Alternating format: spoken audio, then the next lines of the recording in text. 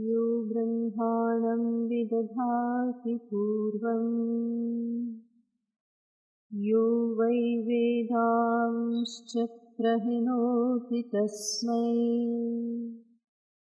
तमहदेवमात्मबुद्धिप्रकाशम् मुमुक्षुर्वै शरणमहं प्रपद्ये। ॐ शान्ति शान्ति शान्तिः। सदाशिवसमारम्भां शङ्कराचार्यमध्यमाम् अस्मदाचार्यपर्यन्तां वन्दे गुरुपरम्पराम्। हे गोपालक हे कृपाजलनिधे, हे सिन्धुकन्यापते, हे कंसान्तक हे गजेन्द्रकरुणा पारीण हे माधव, हे रामानुज हे जगत्त्रयगुरो, हे पुण्डरीकाक्ष मां, हे गोपीजननाथ पालय परम्। जानेन त्वां विना, जानेन त्वां विना।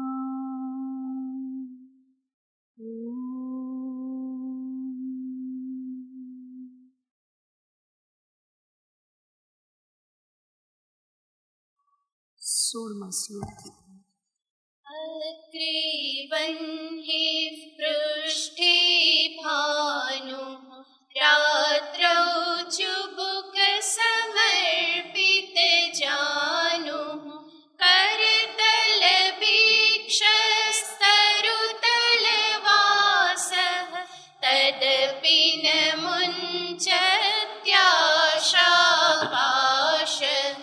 भज गोविन्दं भज गोविन्दं, गोविन्दं भज मूढमते। कुरुते गङ्गासागरगमनं, व्रतपरिपालनमथवा दानं, ज्ञानविहीन सर्वमतेन, भजति न मुक्तिं जन्मशतेन। भज गोविन्दं भज गोविन्दं, गोविन्दं भज मूढमते। सुरमन्दिरतरुमूलनिवासः, शय्याभूतलमजिनं वासः, सर्वपरिग्रह भोगत्यागः, तस्य सुखं न करोति विरागः। भज गोविन्दं भज गोविन्दं, गोविन्दं भज मूढमते। योगरतो वा भोगरतो वा, सङ्गरतो वा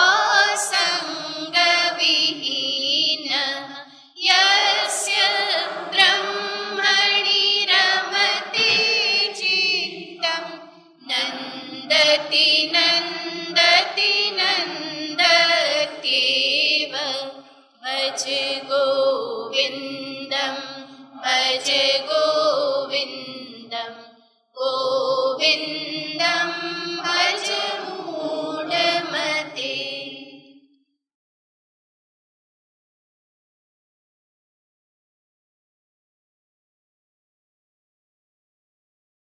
છેલ્લા શ્લોકમાં દર્શાવ્યું નંદતી નંદતી નંદતેવ યસ્ય બ્રહ્મણિ રમતે ચિત્તમ. જેનું ચિત્ત બ્રહ્મમાં રમણ કરે છે એને આઠે પ્રહર આનંદ રહે. અને મનુષ્ય જીવનનું પરમ લક્ષ્ય પણ આ પરમ આનંદને પામવાનું જ છે. આટલો સુંદર માનવ દેહ પ્રાપ્ત થયો, ઇન્દ્રિયો પ્રાપ્ત થઈ, મન બુદ્ધિ પ્રાપ્ત થયા, ભાવપૂર્ણ હૃદય પ્રાપ્ત થયું. આ બધું અંતે શેના માટે? ખાલી ધન કમાઈ અને ભોગ ભોગવવા માટે જ? માત્ર એટલા માટે તો ના જ હોય. કારણ કે એવું કાર્ય માત્ર કરવા માટે તો બીજા શરીર પણ છે. પણ મનુષ્ય શરીર જે છે એ પોતાના વાસ્તવિક સ્વરૂપને પામી અને અંતે પરમાનંદમાં સ્થિત થવા માટે જ છે. અહીંયા એ જ સ્થિતિને દર્શાવવામાં આવી નંદતી નંદતી નંદતેવ. સર્વ અવસ્થામાં એ આનંદમાં રહે છે. હંમેશા કોઈ પણ પરિસ્થિતિ પ્રાપ્ત થાય, બાહ્ય જગતમાં, નજીકના પરિવેશમાં જે કરવાનું હોય એ કર્તવ્ય એ કરે છે, પરંતુ પોતાના મનને વિચલિત થવા દેતો નથી. અને એ જ સ્થિતિને અહીંયા આચાર્ય દર્શાવી અને કહેશે કે દરેક મનુષ્યએ અહીંયા સુધી પહોંચવાનું છે.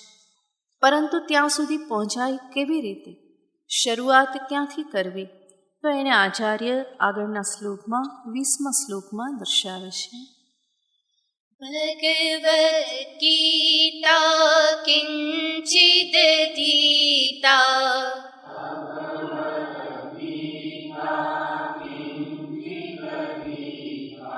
ગંગા જલ લવ કણિકા પીતા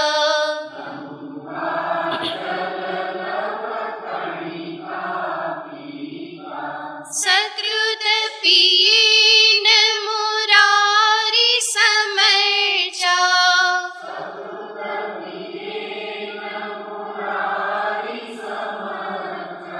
ક્રિયતે તસ્ય યમેન ન ચર્ચા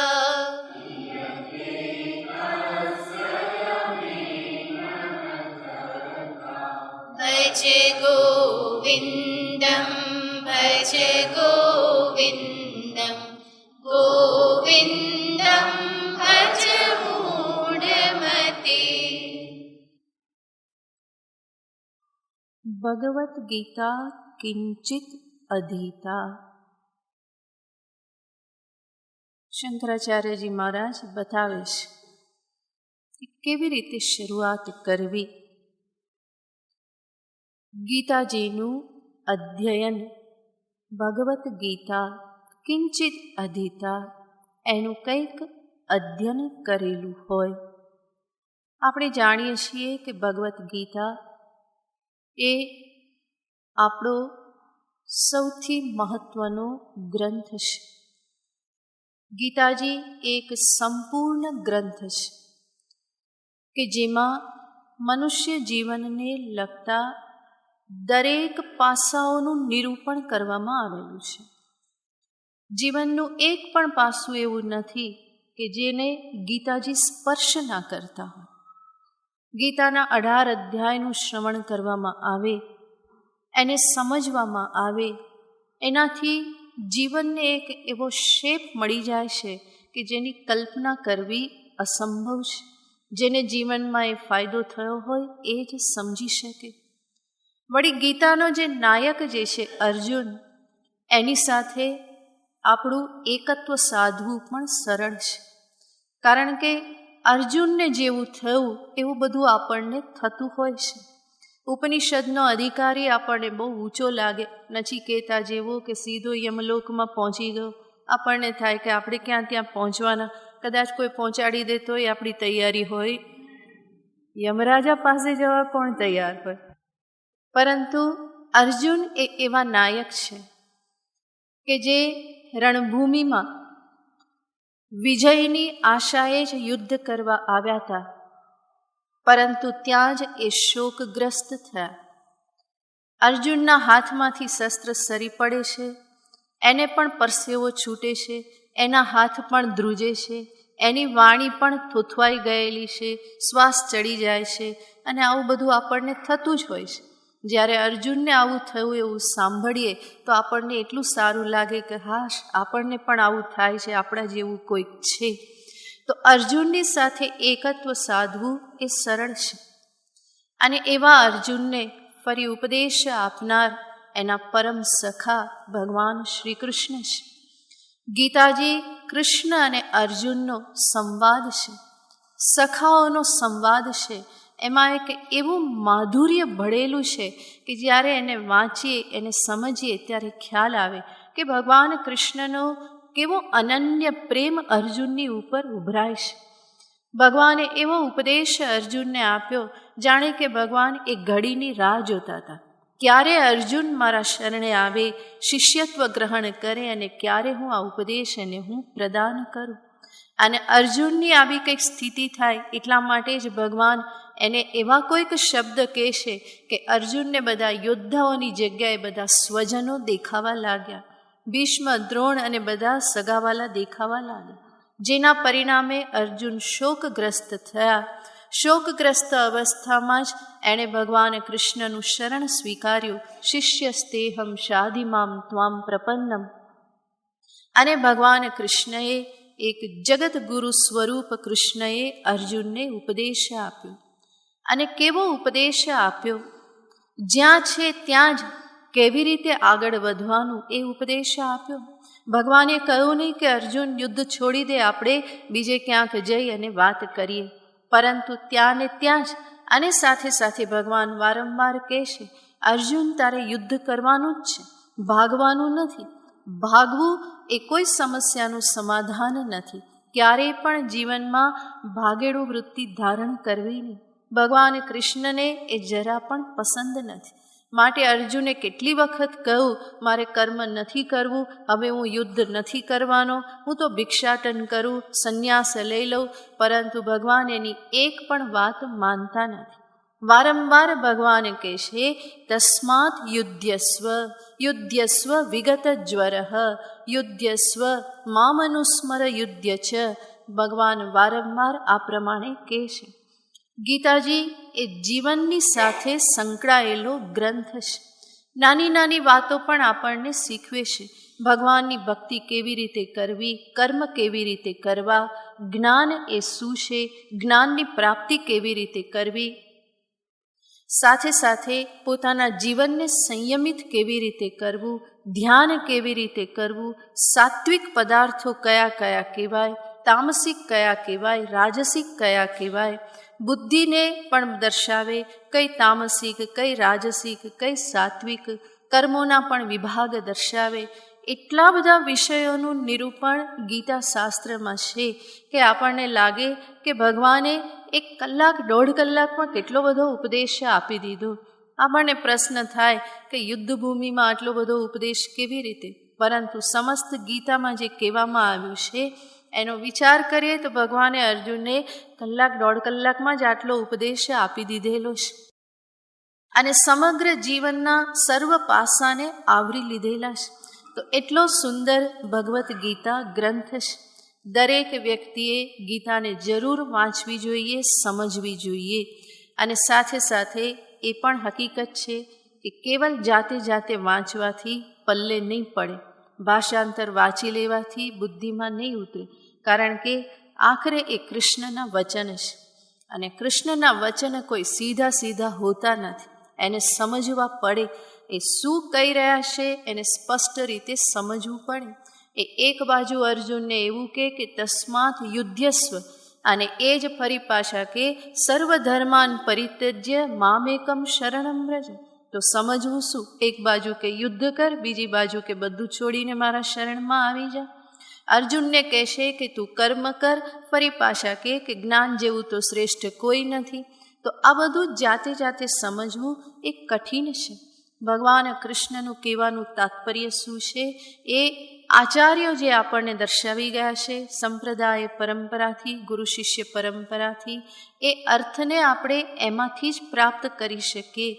અન્યથા જાતે બુદ્ધિ ચલાવવાથી બધી ગરબડ થાય. માટે અહીંયા આચાર્ય પણ શબ્દ વાપરે છે, ભગવદ્ ગીતા કિંચિત અધીતા, એનું અધ્યયન કરેલું હોય. અધ્યયન યાને જાણકારના મુખેથી એના શ્લોકોના અર્થનું શ્રવણ કરેલું હોય. તો એ સર્વપ્રથમ છે. જ્યાં પણ શાસ્ત્ર સ્વાધ્યાયની વાત આવે તો સર્વપ્રથમ ગીતાને હાથમાં લેવામાં આવે કે ગીતાનો સ્વાધ્યાય કરો. ગીતાના 18 અધ્યાય એ સંપૂર્ણ અધ્યાય છે કે જેમાં એક એક અધ્યાયને લઈને વિચાર કરવામાં આવે તો પણ એ થઈ શકે. પહેલેથી આખું કરો તો પણ થઈ શકે. એક એક અધ્યાયને ઉઠાવીને વિચાર કરો તો પણ એ એક અધ્યાયમાં પણ ઘણું બધું આવી જતું હોય.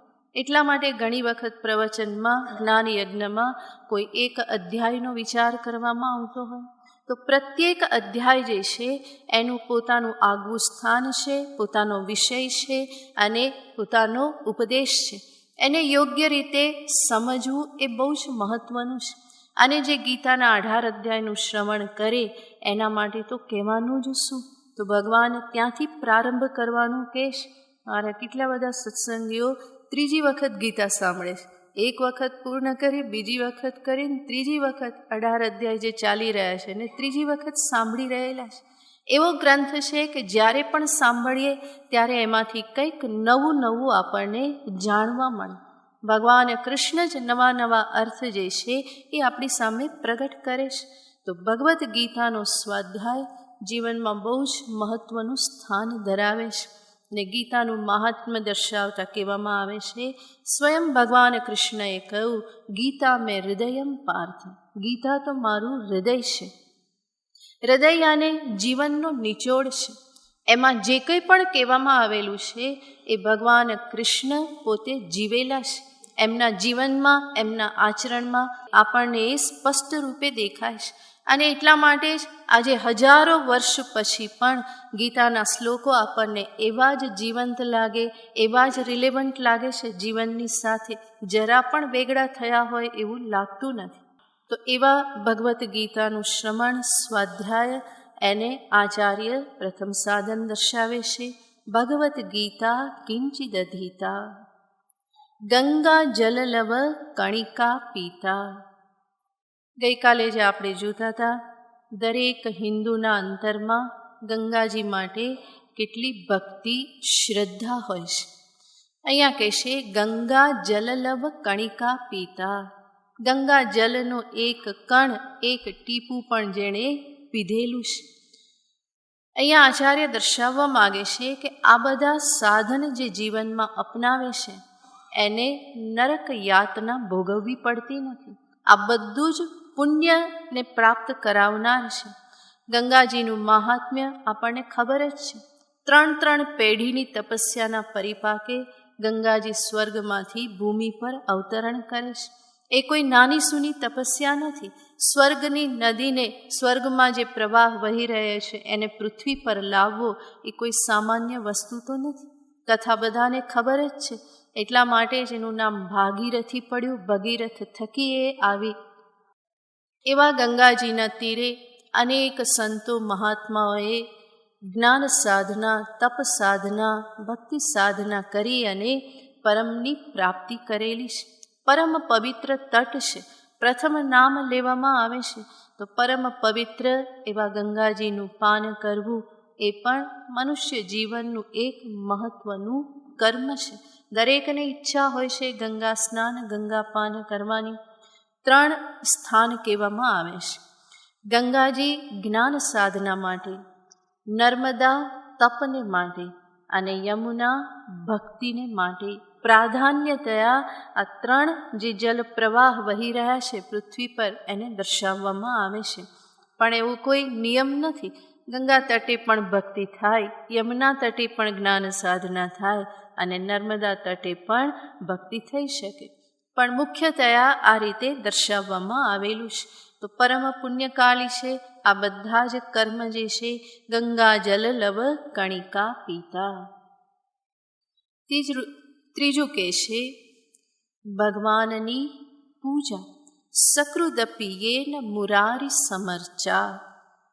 સકૃદપી એકવાર પણ મુરારી, મૂર નામના રાક્ષસનો સંહાર કરનાર, મુરારીનું જેણે સમર્ચા સમ્યક અર્ચના જેણે કરી, પૂજન વંદન જેણે કર્યા, ક્રિયતે તસ્ય યમેનન ચર્ચા, એની સાથે યમરાજા ચર્ચા કરવા આવતા નથી. આમ તો યમરાજા કોઈની સાથે ચર્ચા ના કરે, સીધા ઉપાડી જ લે. કોઈ ચર્ચા કરવા તો આવે, કદાચ ચર્ચા કરવા આવે તો પણ પેલો ઢળી પડે, ચર્ચા કંઈ સંભવ ના બને. પણ આચાર્ય અહીંયા કહે છે કે યમેન ચર્ચા ન ક્રિયતે એનો અર્થ યમનગરીમાં જવું પડતું નથી. તો આ બધા સાધન બહુ જ મહત્ત્વના સાધન છે. મુરારી પૂજા, ભગવત પૂજા, જે પણ મારા ઈષ્ટદેવ છે એની હું નિત્ય પૂજા કરું. આ દરેક હિન્દુને માટે વિહિત કર્મ છે. દરેકના ઘરમાં રોજ પ્રભુની પૂજા, પ્રભુના જપ, પ્રભુને પ્રાર્થના, આ બધું હંમેશા થવું જોઈએ. આપણી પરંપરા છે, એ પરંપરાની રક્ષા કરવી એ પણ આપણું કર્તવ્ય છે. કદાચ કોઈ વૈદિક કર્મ આપણે ના કરતા હોઈએ, સંધ્યાવંદન, અગ્નિહોત્ર આદિ આપણાથી ન થાય, કમસે કમ આટલું તો થાય જ. ઘરના એક ખૂણામાં ભગવાનનું સ્થાન હોય, ભગવાનની રોજ નાની અમથી પૂજા વિસ્તારથી ન કરીએ તો કંઈ વાંધો નહીં, શ્લોક બોલતા ન આવડે તો પણ વાંધો નહીં. ભાવથી ભગવાનની પૂજા કરીએ, દીવો કરીએ, આરતી કરીએ, ધૂપ કરીએ, ફૂલ ચડાવીએ, સ્નાન કરાવીએ, કંઈક ભગવાનને પ્રસાદ ધરાવીએ. આપણા દિવસનો પ્રારંભ આવી રીતે થવો જોઈએ. દિવસનો પ્રારંભ મોબાઈલ, ટીવી, ન્યૂઝપેપરથી કે ચાથી નહીં, પરંતુ દિવસનો પ્રારંભ આ રીતે થવો જોઈએ. અને તમે કરશો તો બાળકો પણ શીખશે. યદ્યદાચરતિ શ્રેષ્ઠ તત્તદેવેતરો જનઃ. ભગવાન કૃષ્ણ કહી ચૂક્યા છે, જેવું મોટા લોકો આચરણ કરે એવું પાછળ નાના લોકો એને અનુસરે છે. તો ઘરમાં આ પરંપરા જો આપણે જાળવી હશે તો આપણા બાળકો પણ એને જાળવશે. એટલું જ નહીં, આ બધું કરવાથી ઘરનું વાતાવરણ પણ કેટલું પવિત્ર બની રહે. મનના ભાવ પણ એ સમય પૂરતા તો જરૂર પવિત્ર બની જ રહે, અને નિયમિત કરવામાં આવે તો એ ભાવ આગળ જતાં પણ પવિત્ર રહે છે. તો દરેકનું આ કર્તવ્ય છે. ભગવાનની સેવા, પૂજા, જપ, પ્રાર્થના અને ઘરમાં બીજા જે પણ હોય એને પણ સાથે સાથે ટેવ પાડવાની. બાળકને કહીએ સ્કૂલે જાય તો પ્રણામ કરીને જાય, ભગવાનને પ્રાર્થના કરીને જાય. સાંજે આવે, સાંજે રમીને આવે કે ગમે ત્યારે હાથ પગ ધોઈ ભગવાનની પાસે બેસી પ્રણામ કરે, પછી જમવા બેસે. રાત્રે સૂતા પહેલાં ભગવાનનું સ્મરણ કરી અને સૂવે. આવી કોઈક આદત બાળકોને પાડવી જોઈએ. એમ કરતાં કરતાં જ ધીમે ધીમે સંસ્કાર જે છે એ એનામાં પડે અને એ સંસ્કાર આગલી પેઢીમાં જળવાઈ રહે. દરેક હિન્દુનું આ કર્તવ્ય છે. આ સામાન્ય જે ભગવત સંબંધી વ્યવહાર જે છે એ જરૂર થવો જોઈએ. આપણે આપણા શરીરને સંભાળવા માટે કેટલું બધું કરીએ છીએ, તો મનના સ્વાસ્થ્યને સંભાળવા માટે પણ સાથે સાથે આ કરવું જોઈએ.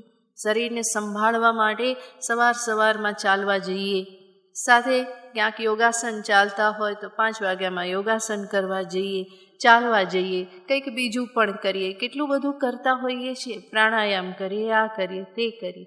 એ બધું શેના માટે? શરીરને માટે. પરંતુ આ એક શરીર સિવાયનું બીજું એક સૂક્ષ્મ શરીર પણ અંદર છે. એના સ્વાસ્થ્યની પણ મારે સંભાળ લેવી પડે.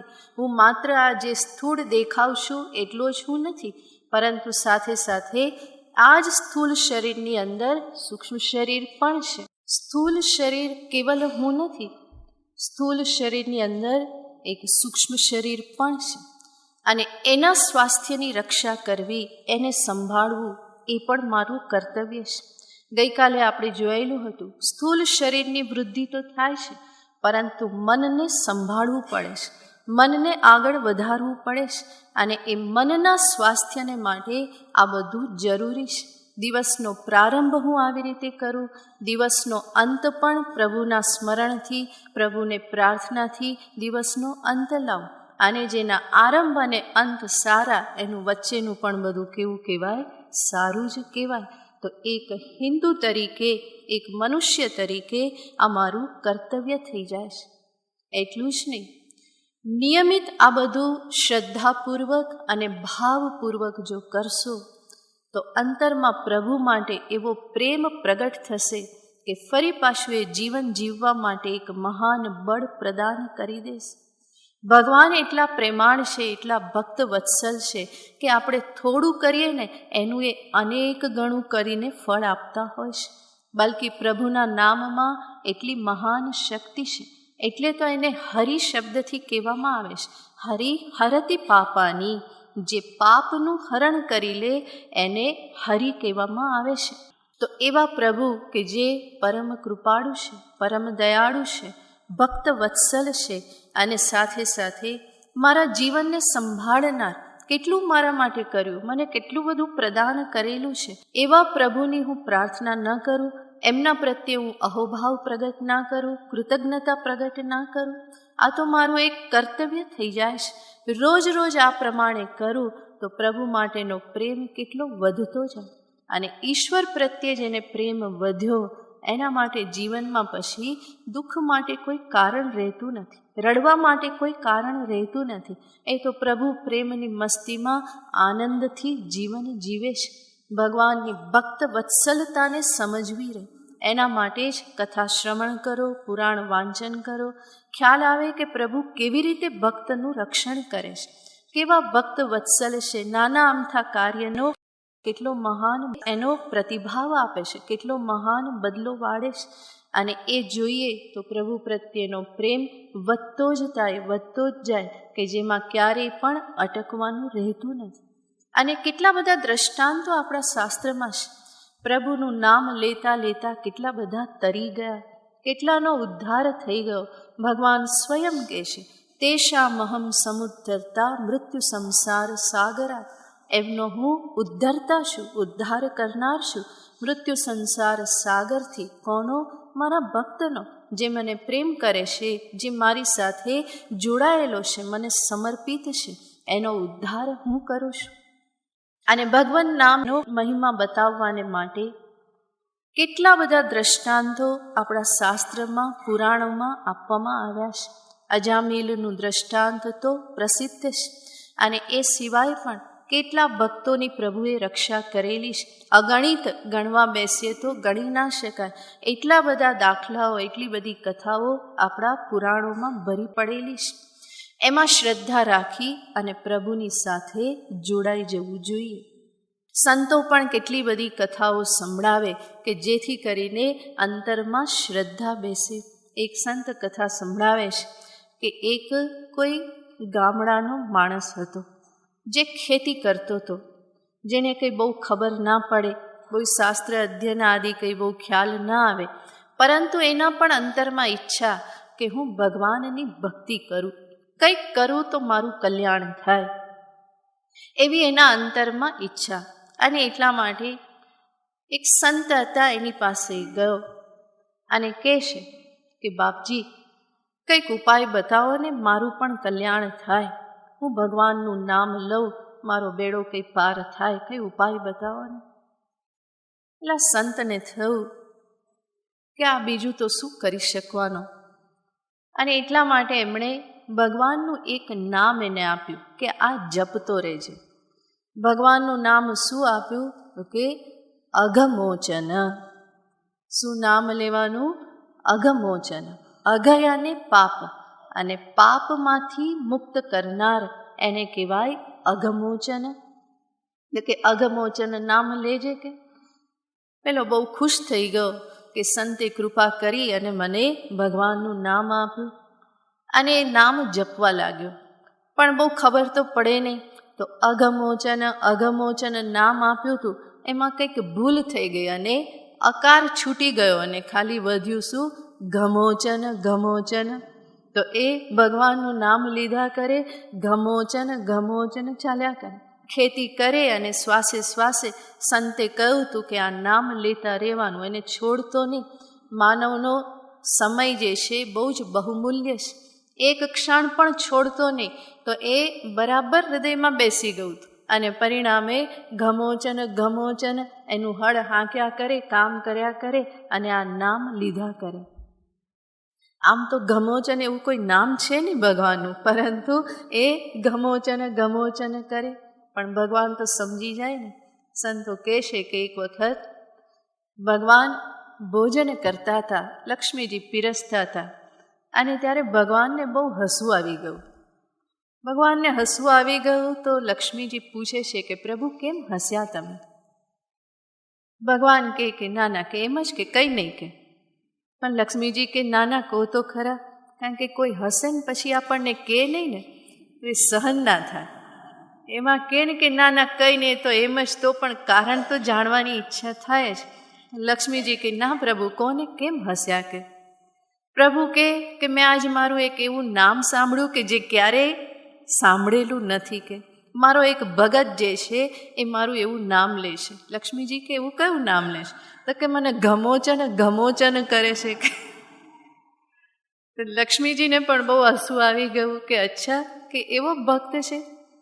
ભગવાન કે હા, મારો પરમ ભક્ત છે, શ્વાસે શ્વાસે મારા નામનું રટણ કરે છે કે ચલો હું તમને એના દર્શન કરાવું. કે લક્ષ્મીજીને લઈ અને ભગવાન આવ્યા.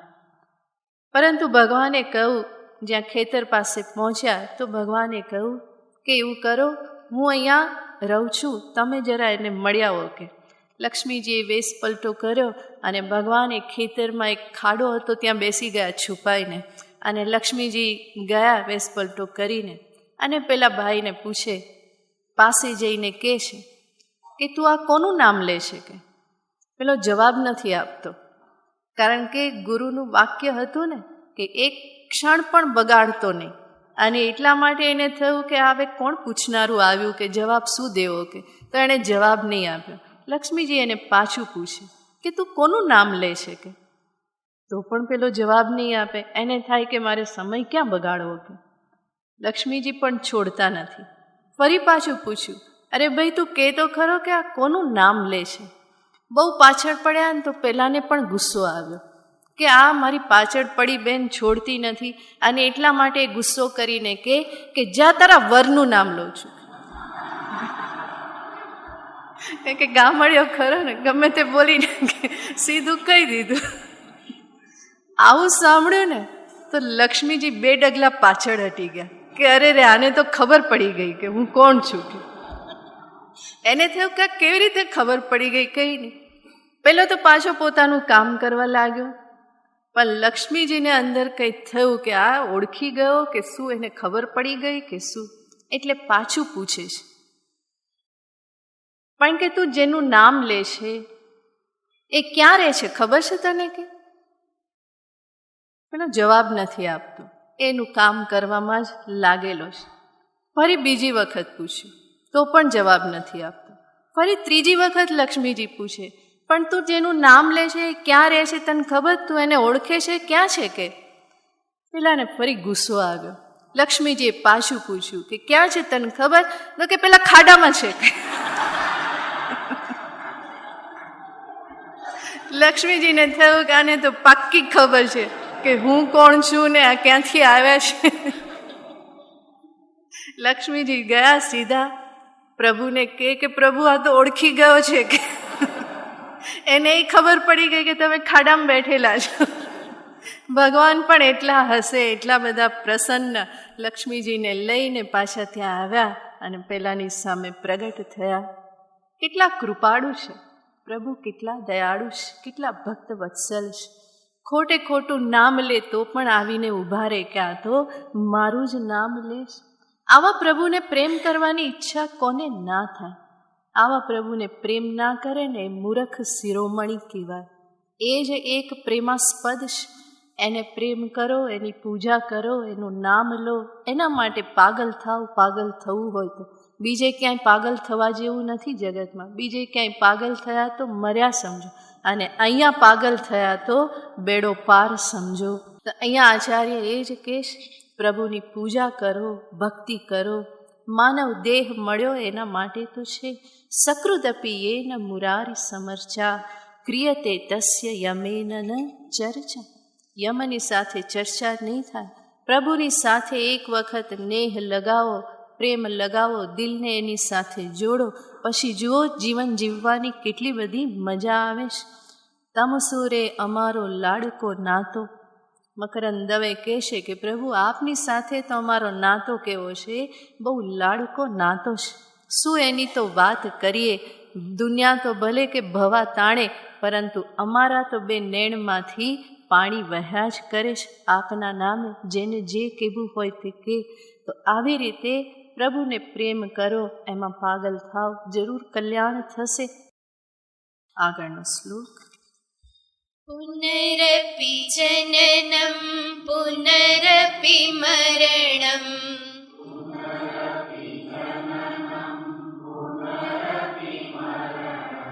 પુનરપિ જનની જઠરે શયનમ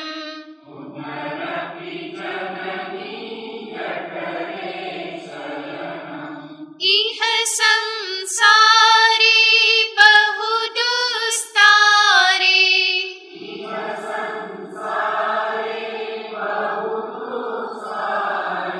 કૃપયા પારે પાહી મુરારે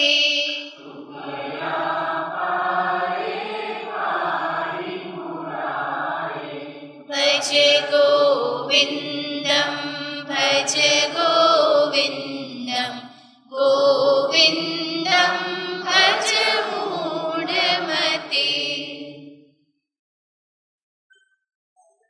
આ શ્લોક સમર્પણ ભાવથી પરિપૂરિત એવી પ્રાર્થના છે. ભગવાનને દિલથી કરવામાં આવેલી પ્રાર્થના છે. પુનરપિ જનનમ પુનરપિ મરણમ પુનરપિ જનની જઠરે શયનમ ઇહ સંસારે બહુ દુસ્તારે કૃપયા પારે પાહી મુરારે. હે મુરારી, અમારું રક્ષણ કરો, મારું રક્ષણ કરો. ક્યાંથી રક્ષણ કરો? આ સંસાર બંધનથી. અને સંસાર બંધન, સંસાર યાત્રા કેવી છે? પુનરપિ જનનમ પુનરપિ મરણમ પુનરપિ જનની જઠરે શયનમ. જન્મ થયો, મૃત્યુ થયું, ફરી ગર્ભવાસ થયો, ફરી જન્મ થયો, ફરી મૃત્યુ, ફરી ગર્ભવાસ. આ ઘટમાળ ચાલ્યા કરે છે. અને ક્યારની ચાલ્યા કરે છે? અનંત કાળથી આ ચાલ્યા કરે છે. અને આ ઘટમાળ ફરી પાછી કોઈ સુખદ તો નથી. ગર્ભવાસમાં કોઈ સુખ નથી, જન્મકાળે કોઈ સુખ નથી, મૃત્યુકાલે પણ કોઈ સુખ નથી. તો અહીંયા જીવ પ્રાર્થના કરે છે કે આ જે ઘટમાળ પ્રભુ ચાલી રહેલી છે એમાંથી મારી રક્ષા કરો. ભગવાન કૃષ્ણ પણ કહેશે, અનિત્યમ સુખમ લોકમ ઇમમ પ્રાપ્ય ભજસ્વમાં. ઇમમ લોકમ અનિત્યમ અસુખમ. આ અનિત્ય છે, અસુખ છે, એમાં કોઈ પરમ સુખ જેવું કંઈ રહ્યું નથી. આવી આ સંસારની જે ઘટમાળ જે છે એમાંથી મારી રક્ષા કરો. જે આ વિચાર કરે ને એના અંતરમાંથી આ પ્રાર્થના જરૂર વહી જ નીકળે. ઇહ સંસારે બહુ દુસ્તાર. જેને પાર કરવો, જેમાંથી પાર થવું, જેના તરવું એ બહુ જ કઠિન છે. એવા સંસારથી હે મુરારે, કૃપયા પારે પાહી મુરારે, મારું રક્ષણ કરો. ભગવાનને પ્રાર્થના છે. અને આવી પ્રાર્થના પણ જીવનમાં હંમેશા થવી જોઈએ. પ્રભુ પ્રાર્થના આપણા જીવનનું એક અંગ બની જવું જોઈએ. જીવન પ્રાર્થનામય જ હોવું જોઈએ. જીવનમાં બીજું વિશેષ કરવાનું શું છે? પ્રભુને પ્રાર્થના જ કરવાની છે. પડે પડે પ્રભુને પ્રાર્થના થાય, કલ્યાણ માટેની પ્રાર્થના થાય, એકત્વ માટેની પ્રાર્થના થાય. આ જરૂર પ્રાર્થનામાં સમર્પણ જોઈએ, શ્રદ્ધા જોઈએ અને વ્યક્તિત્વનો પોકાર હોવી જોઈએ પ્રાર્થના.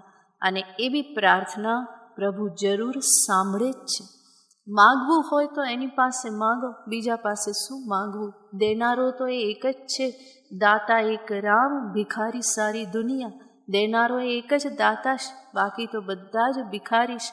માગવું હોય તો એની પાસે માગો, ભાવથી માગો, જરૂર મારા કલ્યાણમાં હશે તો એ પ્રદાન કરશે જ. પ્રાર્થના મનુષ્યને એક આત્મબળ પ્રદાન કરે છે.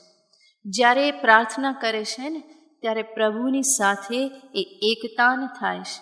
અને એકતાન થવાથી જ પ્રભુની જ શક્તિ જે છે એ જ શક્તિ એ જીવમાં પણ અવતરિત થાય છે.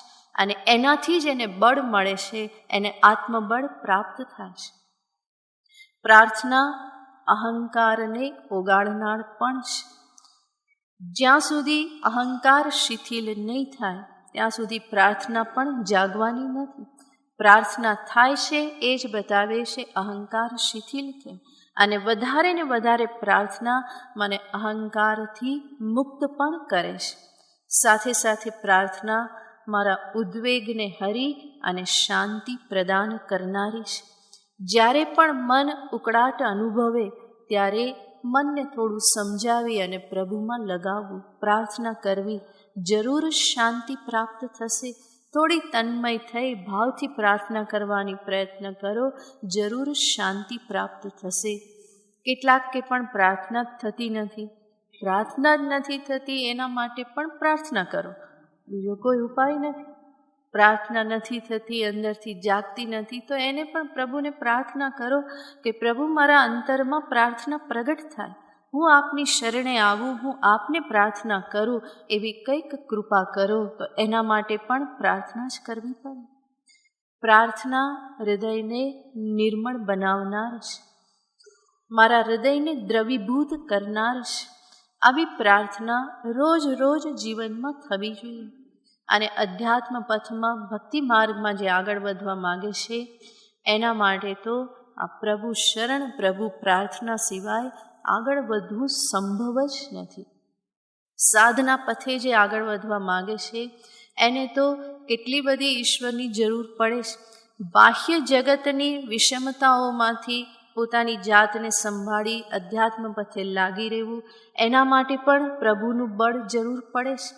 સાથે વાસનાઓનો ઝંઝાવાત, ઇન્દ્રિયોની ચંચળતા, મનની કુદાકૂદ, બુદ્ધિની વારંવાર થતી બેવકૂફી, આ બધાની સામે સાધકને પ્રભુના શરણની જરૂર પડે જ છે.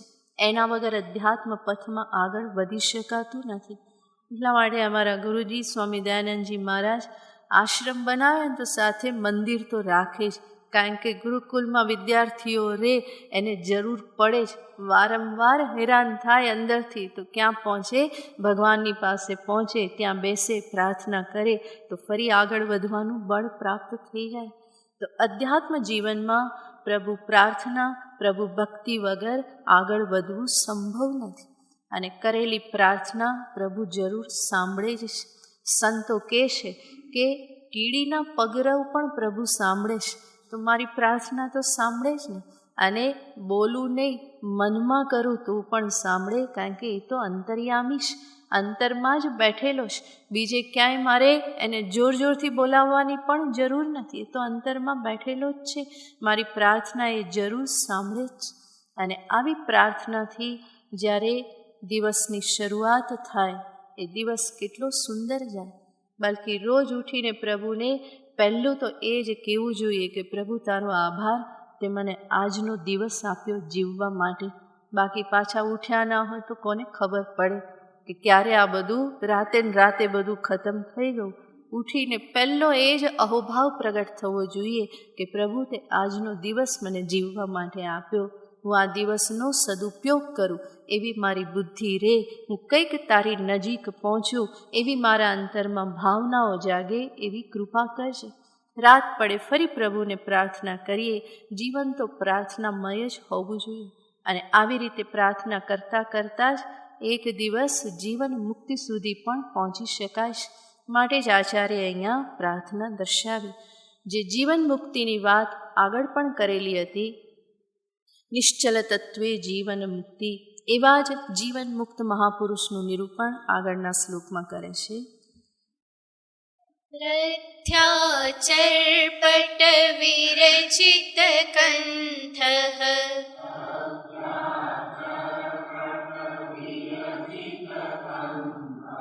पुण्या पुण्य विवर्जित पन्थः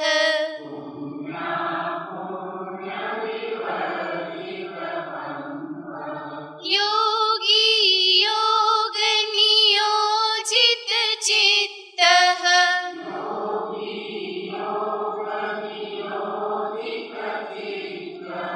रमते बालोन्मत्तव देव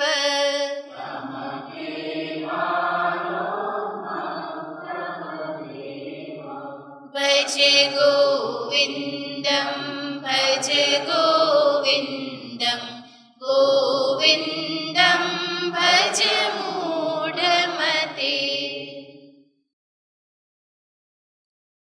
અવધૂત કોટીના મહાપુરુષનું નિરૂપણ કરે છે. રથ્યા ચરપટ વિરચિત કંઠઃ, એણે વસ્ત્ર કેવા પહેરેલા છે કે રસ્તામાં જે ચિથરાઓ પડેલા હોય એ ચિથરાઓ ભેગા કરી અને જેણે પોતાની પોતળી બનાવેલી છે, કંથા જેણે બનાવેલી છે. પુણ્ય વિવર્જિત પંથઃ, પુણ્ય અપુણ્ય ધર્માધર્મથી જે પર થઈ ચૂકેલો છે. યોગી યોગ નિયોજિત ચિત્ત, જેનું ચિત્ત યોગમાં લાગેલું છે. એવા યોગી રમતે બાલોન્મત્તવ દેવ, એનું જીવન કેવું છે? બાલવત ઉન્મત્તવત, એ જીવન આનંદમાં પસાર કરે છે. વૈરાગ્યને દર્શાવતા અહીંયા કહેવામાં આવ્યું કે વૈરાગ્યના પરિણામે કોઈ બાહ્ય વસ્તુ ઉપર કોઈ અવલંબન નથી. ખાવું પીવું પહેરવું ઓઢવું રહેવું એમાં કોઈ દુરાગ્રહ નથી, બલ્કિ જે મળ્યું તે યદૃચ્છા લાભ સંતુષ્ટ, એમાં કોઈ હઠાગ્રહ નથી. જે પણ મળ્યું એમાં એ તુષ્ટ છે, ચિંતા નથી. અત્યારે ખાવાનું મળી ગયું તો સાંજની ચિંતા કરતો નથી, સાંજે મળી ગયું તો બીજા દિવસની ચિંતા નથી. કોઈ પણ ચિંતા છે નહીં, બલ્કિ એ વર્તમાનમાં જીવનારો છે. એટલા માટે સ્વામીજી કહેતા કે સાધુનું જીવન કેવું? ડે ટુ ડે લાઈફ એવી રીતે જ જીવે છે. આજનો દિવસ જીવી જાણો, કાલનું જે હોય તે. તો કોઈ ચિંતા કરતો નથી. ભવિષ્યનાનુસંધત્તે, એ ભવિષ્યનું અનુસંધાન કરતો નથી. ભૂતકાળને યાદ કરીને ચિંતા કરતો નથી. વર્તમાન નિમેષંતુ હસન્નેવાતિ વર્તતે, એ વર્તમાન ક્ષણને હસતા હસતા વ્યતીત કરી દેશે. બલ્કિ અજ્ઞાનીજનની મુશ્કેલી એ છે કે વર્તમાનમાં રહેતો જ નથી. કાં તો એ આગળ સરી જાય અને કાં તો પાછળ હોય છે, પરંતુ એમાં વાસ્તવમાં જીવન સરખું જીવાય નહીં. અને આપણા મનની લીલાઓ આપણે અનેક વખત વાત કરીએ છીએ ને, આપણું મન આપણને એવું નચાવતું હોય છે અને એવું સિફતથી આપણને ભૂતકાળ અને ભવિષ્યમાં લઈ જતું હોય છે અને વર્તમાનથી હંમેશા આપણને ચ્યુત કરી દેતું હોય છે. હવે જો નાનું બાળક હોય ને, એ એવું વિચારે કે હું મોટો થઈશ ને પછી આમ કરીશ, હું મોટો થઈશ ને પછી આમ કરીશ, આટલો થઈ જઈશ ને પછી આવું કરીશ. અને મોટો થઈ જાય પછી એ શું કરે? હું નાનો હતો ને ત્યારે આવું કરતો હતો, હું નાનો હતો ને ત્યારે આવી રીતે ભણતો હતો. એનો અર્થ શું? જ્યારે નાનો છે ત્યારે મોટો થઈ જઈશ એનો વિચાર કરે, મોટો થઈ ગયો તો ફરી ભૂતકાળને યાદ કરે છે. નાનો હતો ત્યારે ભવિષ્યમાં લાગીને રહેતો હતો. પરંતુ આવી રીતે તો યાત્રા થાય ને. તમે જ્યારે ગાડી ચલાવતા હો ત્યારે શું કરવું પડે? જે નજીક જે રસ્તો છે એને તો જોવું પડે ને. ત્યારે તમે પાછળ જોવા લાગો તો જોખમ છે, અને બહુ આગળનો રસ્તો જોવા લાગો તો પણ જોખમ છે. એમાં ગાડી બરાબર ચાલે નહીં. ગાડી ચલાવવા માટે તો જે સામે છે એના ઉપર નજર રાખવી પડે. એવી રીતે જીવનરૂપી યાત્રા પણ જો બરાબર કરવી હોય તો ત્યાં પણ શું કરવું પડે? જે સામે છે એમાં જીવવું પડે. ભૂતકાળને પકડી લઈએ, ભવિષ્યની કલ્પનાઓમાં રાચતા રહીએ તો જીવન તો વહી જાય છે. હા, જરૂર ભૂતકાળના અનુભવોનું ભાથું છે, એમાંથી જરૂર શીખો. ભવિષ્યની કેટલીક યોજનાઓ જરૂર કરો, પરંતુ એ એટલી હદે બંને નહીં હોવું જોઈએ કે વર્તમાન હાથમાંથી સરકી જાય. વર્તમાનમાં પણ મજેથી જીવતા આવડવું જોઈએ. નહીં તો હંમેશા ભૂતકાળની સ્મૃતિઓ, આમ થઈ ગયું, તેમ થઈ ગયું, ભવિષ્યમાં શું થશે એની જ ચિંતામાં જીવન વ્યતીત થઈ જાય તો એ જીવન જીવવામાં મજા પણ શું આવે? થોડી ચિંતાઓ એક બાજુ કરી અને થોડું આનંદથી જીવતા શીખવાનું. ચિંતા રહિત કેવી રીતે જીવવું ને તો કોઈ સાધુ પાસેથી જ શીખવું પડે. એ કેવી રીતે આનંદથી મસ્તીથી જીવે છે એટલા માટે તો સાધુ થયા. ને તો સાધુ થઈને રડતો રહે ને ચિંતા કરતો રહે તો એ સાધુ થવું શું કામનું? સાધુ થયા છે જેના માટે? ફકીરી માટે, મસ્તીથી જીવવાને માટે. એમની પાસેથી શીખવાનું છે કે કેવી ફકીરીથી કેવી રીતે જીવી શકાય. બાકી તો જીવન કેવું બની રહે? હંમેશા ધક્કા મારો અને માંડ ગાડી ચાલે તો એવું જીવન જીવવામાં મજા શું આવે? જીવનની ગાડી તો સડસડાટ ચાલવી જોઈએ. જ્યાં છું ત્યાં હું ફટાફટ જે પણ કરવાનું છે સડસડાટ કરું, અને એવું જીવન જીવવામાં જ આનંદ છે. એને જ અહીંયા આચાર્ય કહેશે કે એ કોઈ ચિંતાથી ક્યારેય પણ ગ્રસ્ત નથી.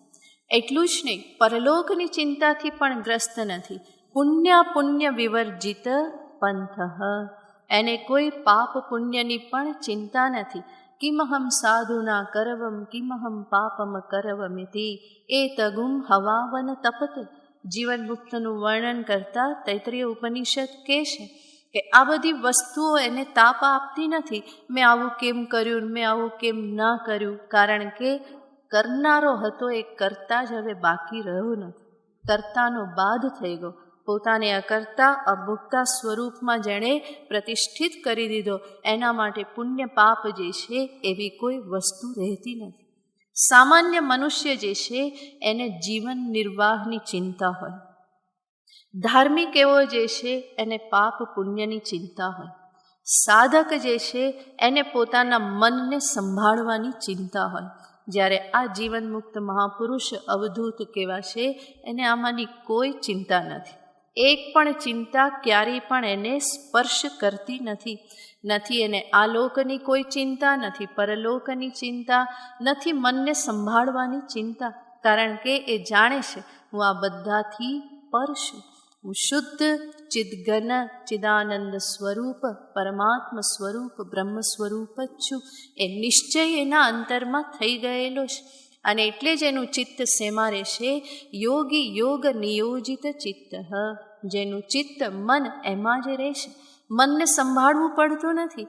એવા મહાપુરુષના મનને દર્શાવતા કહેશે યત્ર યત્ર મનો યાતિ તત્ર તત્ર સમાધય. જ્યાં જ્યાં એનું મન જાય એના માટે સમાધિ જ છે. એને મન સંભાળવું પડતું નથી, સમાધિ અલગથી લગાવવી પડતી નથી. કારણ કે તત્વ કેવું છે? પ્રતિબોધ વિદિતમ મતમ. કેનોપનિષદ કહે છે કે આ તો પ્રતિબોધ, પ્રત્યેક વૃત્તિમાં એનો જ તો પ્રકાશ છે. અને એ જે સમજી ચૂક્યો એના માટે કોઈ બીજી સમાધિ લગાવવાની રહેતી નથી. તો મનને સંભાળવું પડતું નથી. એવા આ અવધૂતની દશા છે. અવધૂત શબ્દ જે છે એ પણ વિલક્ષણ શબ્દ છે. એને સમજાવતા ક્યાંક કહેવામાં આવ્યું છે 4 અક્ષર છે અવધૂત. એના એક એક અક્ષરને લઈને કહેવામાં આવે છે. અકાર કોને દર્શાવે છે? અક્ષરત્વાત અકાર. વરેણ્યત્વાત વકાર. ધુ એનો અર્થ થાય છે ધૂત સંસાર બંધનાથ. અને તકાર તત્વમસ્યર્થ સિદ્ધ્યર્થત્વાત. આ 4 જ્યાં હોય એને શું કહેવાય? અવધૂત કહેવાય. નહીં કે જે ગંદકીમાં બેઠેલા હોય, જેને કંઈ ભાન ના પડતી હોય, એને અવધૂત કહેવાય એવું નથી. અવધૂત યાને કોણ છે? જે અક્ષર પરબ્રહ્મમાં સ્થિત છે. જે વરેણ્યમ, જે શ્રેષ્ઠ છે, જેણે શ્રેષ્ઠ રૂપે પોતાનું જીવન જીવી દીધું, અને એ જ જ્ઞાનના પરિણામે જેના અંતરના સર્વ કલ્મશ સંસાર બંધન ધોવાઈ ગયેલા છે. અને કયું જ્ઞાન છે? તત્વમસી મહાવાક્યાર્થનો એ બોધ છે. આવું જેના અંતરમાં પ્રગટ થયું એને કહેવામાં આવે અવધૂત. અને એ જ ચિંતા મુક્ત જીવન જીવે છે. અને એને જ દર્શાવતા કહે છે રમતે બાલોન્મત્તવ દેવ. એ કેવી રીતે જીવન જીવે છે? બાલવત, ઉન્મત્તવત. બાલવત જીવન જીવે છે એનો અર્થ નહીં કે બાળક જેવી છોકરમત કરે છે, પરંતુ બાળક જેવી રીતે સહજ હોય, સરળ હોય, વર્તમાનમાં જીવતું હોય, એવી જ રીતે આ મહાપુરુષ પણ સરળ છે, સહજ છે અને વર્તમાનમાં જીવે છે. બાળકનું જેવું મુક્ત હાસ્ય હોય, ખિલખિલાટ, આનું પણ જીવન કેવું છે? એવું જ મુક્ત જીવન છે, આનંદમાં રહેનાર છે. નહીં તો કહેશે ઉન્મત્તવત, પાગલવત. પાગલવત શા માટે કહે છે? પાગલને કોઈ ચિંતા હોતી નથી. નથી એને પોતાની ચિંતા, નથી પરિવારની ચિંતા, કે નથી દુનિયાની ચિંતા કે આ બધું કેમનું ચાલશે ને શું થશે ને લોકોનું શું થશે, એવી કોઈ ચિંતા નથી. અહીં બેઠેલા ઘણા બધા ચિંતા કરે કે આ ભજ ગોવિંદમ ગુરુમાં પૂરું કેમ કરશે. હજુ તો આટલા શ્લોક બાકી છે, કારણ કે મને કેટલાક કહી ગયા કે આ પૂરું થશે, પૂરું થશે કે.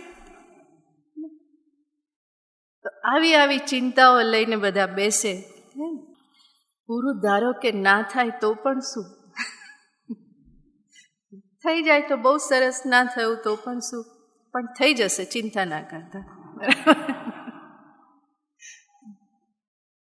કોઈને કોઈ ચિંતા પકડી રાખવાની આદત છે. કંઈ ને કંઈ ઉચાટ મનમાં ધારણ કરી લેવો. જ્યારે આ મહાપુરુષ કેવા છે? કોઈ ચિંતા નથી.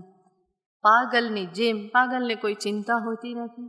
અને બીજું, પાગલનું મુખ્ય લક્ષણ શું? મુખ્ય એનું જીવન કેવું છે?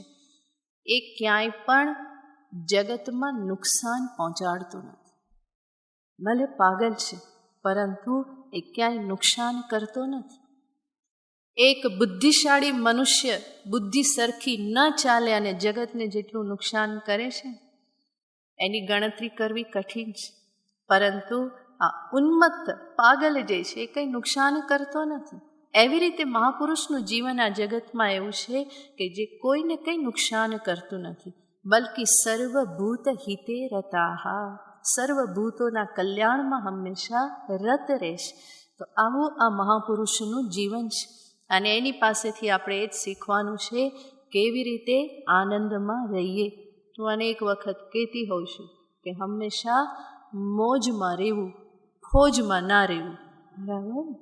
મોજમાં રહીએ આનંદથી, અને ફોજમાં હોય તો હંમેશા એટેન્શન, એટલું બધું ટાઈટ રહેવું પડે ને, લેફ્ટ રાઈટ આ બધું કરવું પડે. પરંતુ ફોજમાં હોય એના માટે બરાબર, જે ફોજમાં ના હોય એ આવી રીતે રહે તો એને શું કરવાનું?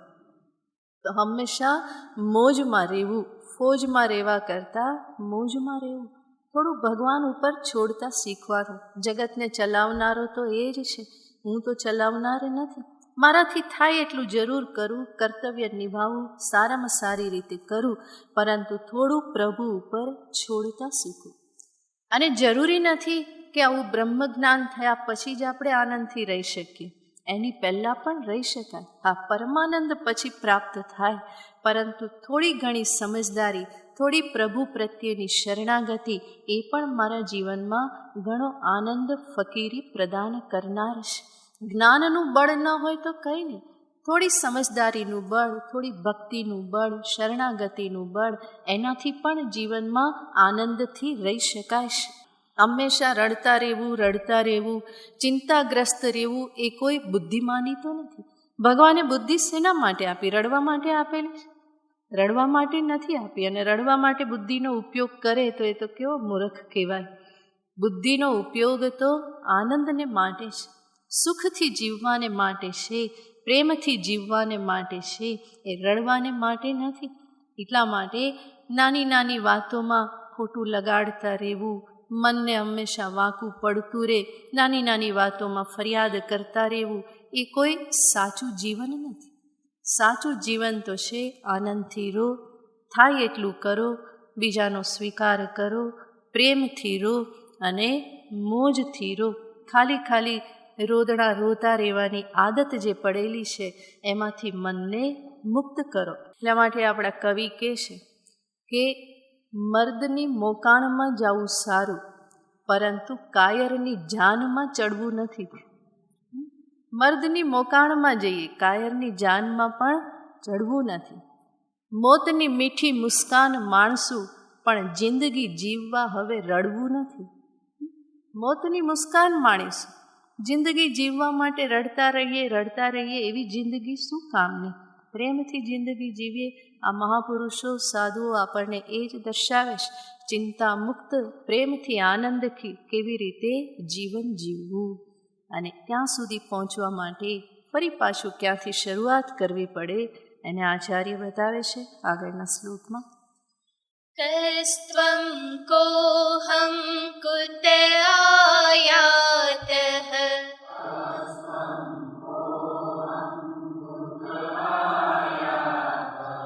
કામી જનની કો મે તાતઃ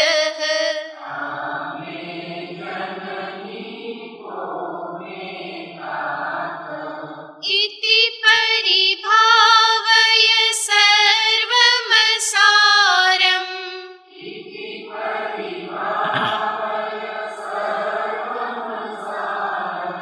વિશ્વં ત્યક્ત્વા સ્વપ્ન વિચારમ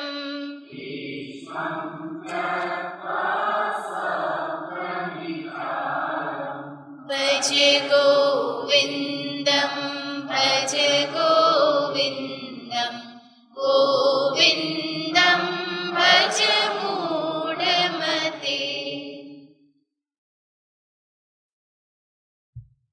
કેવી રીતે એ સ્થિતિ સુધી પહોંચવું? ફરી આચાર્ય આપણને મૂળભૂત પ્રશ્નો પ્રત્યે ફરી જાગૃત કરે છે. પહેલાં પણ આવેલું હતું કામે જનની કોમે તાતઃ. અહીંયા પણ કહે છે કસ્ત્વં કોહં કુત આયાતઃ. કહ ત્વમ કોહમ, તું કોણ છે, હું કોણ છું. કુત આયાતઃ, હું ક્યાંથી આવેલો છું. આ બધા પ્રશ્ન જે છે કે જે માનવ જીવનમાં પૂછવાના મૂળભૂત પ્રશ્ન છે. પરંતુ તકલીફ ત્યાં છે, બીજા બધા જ પ્રશ્ન કરવામાં આવે છે અને આ જ પ્રશ્ન કરવામાં આવતા નથી. આ પ્રશ્ન અંતરમાં જાગૃત થતા નથી. તો એને આચાર્ય જાગૃત કરી દે છે. કામે જનની કોમે તાતઃ. કોણ મારી મા છે, કોણ મારો પિતા છે. આ જન્મમાં તો બરાબર, પરંતુ આવા તો કેટલા માતા પિતા ધારણ કર્યા અને છોડી દીધા. કેટલાનો પુત્ર થયો અને ફરી પાછો આગળ વધી ગયો. તો આ જીવનમાં આવી રીતે ચાલ્યા જ કરે છે. જરૂર મનુષ્યનું જીવન સંબંધોના તાણાવાણાથી ગૂંથાયેલું છે, પરંતુ જ્યારે સાચી સમજદારી પ્રાપ્ત કરવામાં આવે તો સંબંધોને પણ હું વધારે સારી રીતે નિભાવી શકું છું. આપણે પહેલાં પણ સૂત્ર જોયેલું, તમે જેટલા તટસ્થ એટલા જ તમે સ્વસ્થ. સંબંધોના સંદર્ભમાં હું જેટલો તટસ્થ એટલો જ હું સ્વસ્થ રહું. મારી સમજદારી મને કેટલી બધી સમસ્યાઓથી મુક્ત કરી દેશે, કેટલી બધી સમસ્યાઓનું સમાધાન એ આપી દેશે. તો પહેલાં તો મારે મારી પોતાની અસલિયત જાણવી રહે. મનુષ્ય થઈને હું જો મારું અસલી સ્વરૂપ ન જાણું તો ક્યારે જાણું? તો માનવ જીવનમાં આ કર્તવ્ય છે. માટે આચાર્ય કહે છે ઇતિ પરિભાવય. આ તું વિચાર કર અને સાથે સાથે સર્વમ અસારમ વિશ્વમ ત્યક્ત્વા સ્વપ્ન વિચારમ. જે પણ સમસ્ત વિશ્વ જે છે એના સંદર્ભનો વિચાર કર. વિચાર કરીશ તો લાગશે કે નામ રૂપમાં કોઈ સાર રહેલો નથી. સાર તો પરમાત્મા જ માત્ર છે, ચૈતન્ય માત્ર સાર છે, એના સિવાય બીજો કોઈ સાર નથી. અને આ જે કંઈ પણ છે કેવું છે તો કે એ સ્વપ્નવત છે. જેવી રીતે સ્વપ્ન કાલે સ્વપ્ન સાચું લાગે છે, એવી જ રીતે જાગ્રત કાલે જાગ્રત સાચું લાગે છે. સ્વપ્ન વખતે જાગ્રત નથી, જાગ્રત વખતે સ્વપ્ન નથી. તો આ 3 અવસ્થાનો વિવેક શાસ્ત્રમાં દર્શાવવામાં આવે છે અને એના થકી નિશ્ચય કરાવવામાં આવે છે કે વાસ્તવમાં હું કોણ છું, મારું અસલી સ્વરૂપ શું છે. અને જ્યારે વિચાર કરીએ તો ખ્યાલ આવે કે જેને હું મારું સ્વરૂપ માનું છું, આ શરીર, ઇન્દ્રિય, મન, બુદ્ધિ, એ વાસ્તવમાં હું હોઈ ન શકું. સામાન્ય તર્કના આધારે વિચારીએ તો પણ આ શરીર એ હું હોઈ શકું નહીં. સિદ્ધ નથી થતું કે મારું સ્વરૂપ છે. સામાન્ય તર્કના આધારે આપણે વિચારીએ તો એક નિયમ છે, જે મારું હોય એ હું હોય નહીં. જેને હું મારું કહું એ હું ના હોય. જેમ કહેવામાં આવે કે મારું પુસ્તક, મારું ટેબલ, મારું માઇક, ઘડિયાળ મારી, રૂમાલ મારો, પુષ્પ મારું, આવી રીતે આપણે કહીએ છીએ. જેને હું મારું કહું છું એ હું છું. પુસ્તક મારું છે, પુસ્તક હું છું નથી. ઘડિયાળ મારી છે, ઘડિયાળ હું નથી. જે મારું હોય એ હું હોય નહીં. આને આપણે શું કહીએ છીએ? મારું શરીર કહીએ છીએ કે નહીં? મારું શરીર દુખે છે, મારું શરીર સારું નથી. એનો અર્થ શું? હા, જોરથી બોલવું પડે. આ બધા તર્ક આપણી બુદ્ધિને બોલતી બંધ કરી દે છે. મારું શરીર દુખે, આપણે મારું શરીર કહીએ, એનો અર્થ શરીરને મારું કહેનારો શરીરથી જુદું હોવો જોઈએ. જેમ કે આ ઘડિયાળને મારી કહેનારો ઘડિયાળથી કેવો છે? જુદો છે. એવી રીતે શરીરને મારું કહેનારો શરીરથી કેવો હોય? જુદો. બોલો બોલો. હા, તો જુદો હોવો જ જોઈએ. આ તો સ્પષ્ટ દેખાય જ છે. જે મારું હોય એ હું હોઈ શકું નહીં. ઇન્દ્રિયો પણ મારી, આપણે કહીએ મારી આંખ, મારા કાન, એનો અર્થ હું એનાથી જુદો છું. મનને માટે કહું છું કે નહીં? મારું મન આજે બહુ ખુશ છે, મારું મન આજે દુઃખી છે. કોનું મન? મારું મન. એનો અર્થ મનને મારું કહેનારો મનથી કેવો હોય? જેવી રીતે હું કહું મારું ઘર, તો ઘરથી હું જુદો કે નહીં? જુદો. મારી કાર, તો કારથી હું જુદો. એવી રીતે મારું મન, તો મારા મનથી હું જુદો. હું મન હોઈ શકું નહીં. અને તમે કહેશો કે આ બધું તમે શું કરી નાખ્યું, શું બોલવા માંડ્યા, મારી બુદ્ધિ તો ચાલતી નથી, બુદ્ધિમાં પલ્લે પડતું નથી. તો આપણે કહીએ છીએ કે મારી બુદ્ધિ ચાલતી નથી. અને ક્યારેક કંઈક સારું કામ કર્યું તો આપણે શું કહીએ? આજે તો મારી બુદ્ધિ બહુ ચાલી ગઈ. તો મારી બુદ્ધિ એનો અર્થ શું? હું એનાથી જુદો છું. જે મારું હોય એ હું હોઈ શકે નહીં. આ તો કેટલી સામાન્ય વાત છે. અને જ્યારે વિચાર કરીએ, આનો સ્વીકાર કરવો જ પડે છે. સ્વીકાર કર્યા વગર છૂટકો નથી. આ ફરી આપણે એને હું માનીને વ્યવહાર કરવા લાગીએ અલગ છે, પણ ફરી ફરીને વિચાર કરીને આ નિશ્ચય કરવો પડે. આનાથી જ તો જવાબ મળે છે કે હું કોણ છું, વાસ્તવમાં મારું સ્વરૂપ શું છે. તો એ બધા પ્રશ્નોના ઉત્તર મેળવવા માટે આચાર્ય અહીંયા કહે છે કે આનો વિચાર કરો. હંમેશા જગત વિષયમાં જ વિચાર કરતો રહીશ તો તું તારી જાતને ક્યારે જાણીશ? પોતાના વિશેની અસલિયત તને ક્યારે ખબર પડશે? અને માનવ થઈને હું એ ન જાણું તો પછી ક્યારે જાણું? એના માટે તો માનવ જીવન પ્રાપ્ત થયેલું છે. એ વિચાર કરો, બુદ્ધિનો આમાં ઉપયોગ કરો. જરૂર જગત વ્યવહાર નિભાવવાના છે, એમાં કોઈ ના નથી, પરંતુ ક્યારેક તો જગતના વિચારોમાંથી, પરિવારના વિચારોમાંથી મુક્ત થઈ અને કંઈક ઉદાત્ત વિચાર તો કરો. થોડાક તો આવા કોઈક ઉચ્ચ કક્ષાના ઊંચા વિચાર કરવા માટે પોતાને અવેલેબલ રાખો. થોડો સમય તો એના માટે કાઢો. નહીં તો હંમેશા હું અને મારું કરવામાં જ દિવસોના દિવસો, વર્ષોના વર્ષો બધા વ્યતીત થઈ જાય છે. એવું ને એવું કરવામાં વર્ષો તો વ્યતીત થઈ જશે, પરંતુ આપણે પહેલાં જોયું હતું એમ જીવનમાં કોઈ ઉપલબ્ધિ નહીં થાય, કંઈ હાથમાં નહીં આવે. એ બધા વ્યવહાર નિભાવવા છતાં પણ થોડો સમય તો કાઢવો જોઈએ, જેના થકી હું સત્યતાને સમજી શકું. જીવનનું સત્ય શું છે, મારી પાછળનું સત્ય શું છે, આ મારે સમજવું રહ્યું.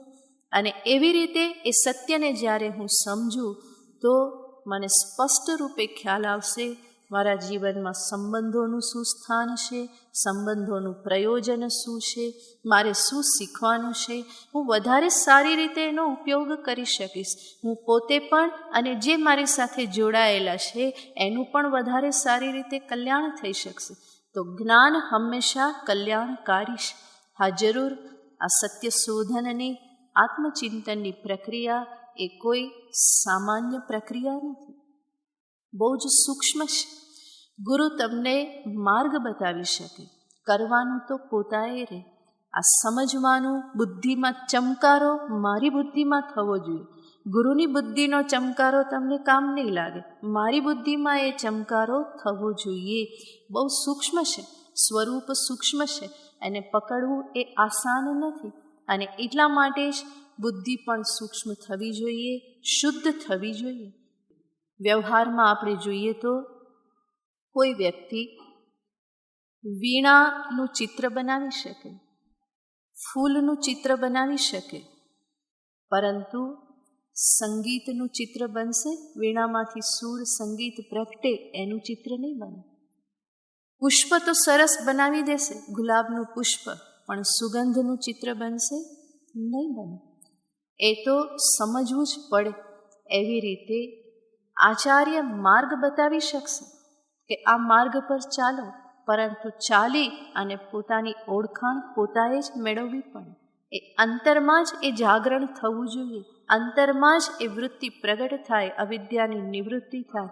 ગઈકાલે આપણે જોયું હતું ને, એ પ્રકાશ થવો જોઈએ તો જ અંધકાર દૂર થાય. પ્રકાશનો બીજો કોઈ વિકલ્પ નથી અને મારા જ અંતરમાં થવો જોઈએ. તો એના માટે અહીંયા આચાર્ય કહે છે કે થોડો અંતર્મુખ થઈ અને વિચાર કર. હંમેશા સ્થૂલ વિચારમાં પડ્યો રહીશ તો આ સૂક્ષ્મ તત્વ હાથમાં નહીં આવે. માટે સૂક્ષ્મ થવું આવશ્યક છે. અને સૂક્ષ્મ થવા માટે શું કરવાનું, જીવન કેવું જીવવાનું, એને આગળના શ્લોકમાં કહે છે. ત્વયિ મયિ ચાન્યત્રૈકો વિષ્ણુઃ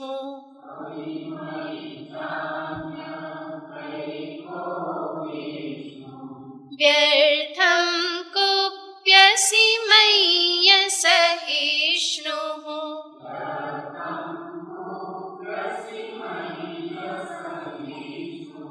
ભવ સમચિત્ત સર્વત્ર ત્વં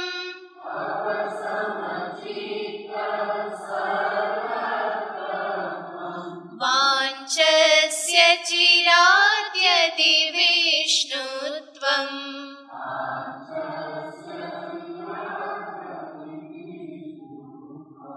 ભજ ગોવિંદં ભજ ગોવિંદં ગોવિંદં ભજ મૂઢમતે. બહુ સરસ વાત આચાર્ય અહીંયા કહે છે. એટલા મધુર પ્યાર ભરેલા શબ્દો છે ભગવાન શંકરાચાર્યજીના. શ્લોકને વાંચતા એવું લાગે છે કે એમની સામે કોઈ બેઠેલો છે અને એમણે મહારાજ ઉપર કંઈક ગુસ્સો કરેલો છે. ત્યારે શંકરાચાર્યજી મહારાજ એને કહે છે કે ભૈલા, તારામાં અને મારામાં એક જ વિષ્ણુ છે, એક જ ભગવાન બેઠેલો છે તારામાં અને મારામાં. વ્યર્થમ કુપ્યસી, તું ખાલી ખાલી કોપ કરી રહેલો છે, ગુસ્સો કરી રહેલો છે. અને ગુસ્સો કરવા પાછળનું કારણ શું? અસહિષ્ણુ. અસહિષ્ણુ બની અને તું ખાલી ખાલી મારા ઉપર ગુસ્સો કરી રહેલો છે. ભવ સમચિત્ત સર્વત્ર ત્વં, સર્વત્ર તું સમચિત્ત બની રહે. સમચિત્તત્વને ધારણ કર, સમતાને ધારણ કર. યદિ અચિરાદ વિષ્ણુત્વમ વાંછસી. જો તારે બહુ જલ્દી વિષ્ણુ પદને, પરમ પદને જો પ્રાપ્ત કરવું હોય તો સમતાનો અભ્યાસ કર.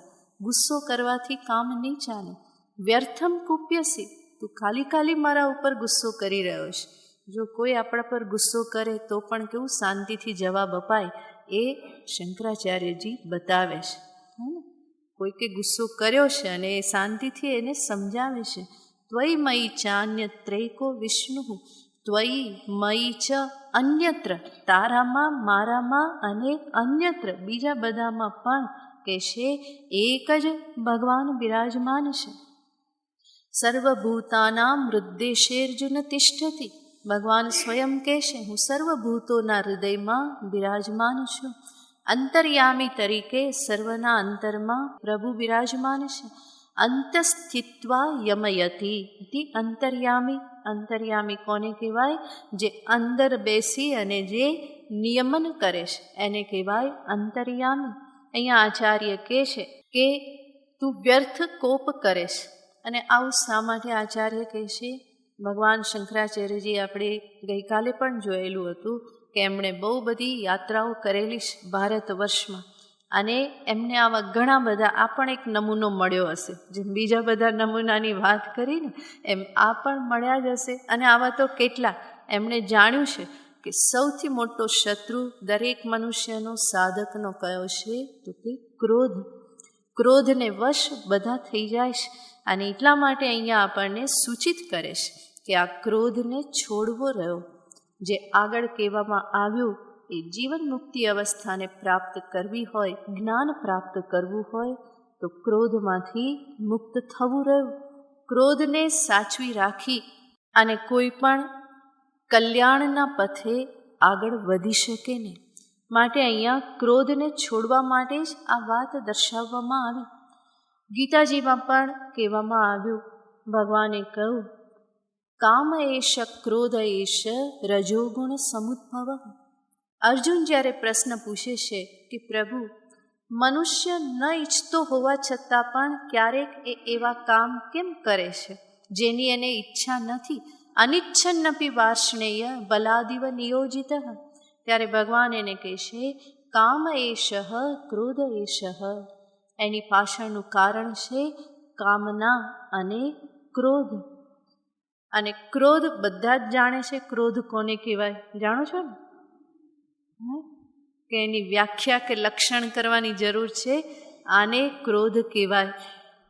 કોઈ જરૂર નથી, કારણ કે બધાને એનો સાક્ષાત અપરોક્ષ અનુભવ છે જ કે આ ક્રોધ કહેવાય. માટે એને સમજાવવાની જરૂર નથી. સમજાવવાની જરૂર એ છે કે આમાંથી બચવું કેવી રીતે. અહીંયા ભગવાન એના માટે ઉપાય બતાવે છે.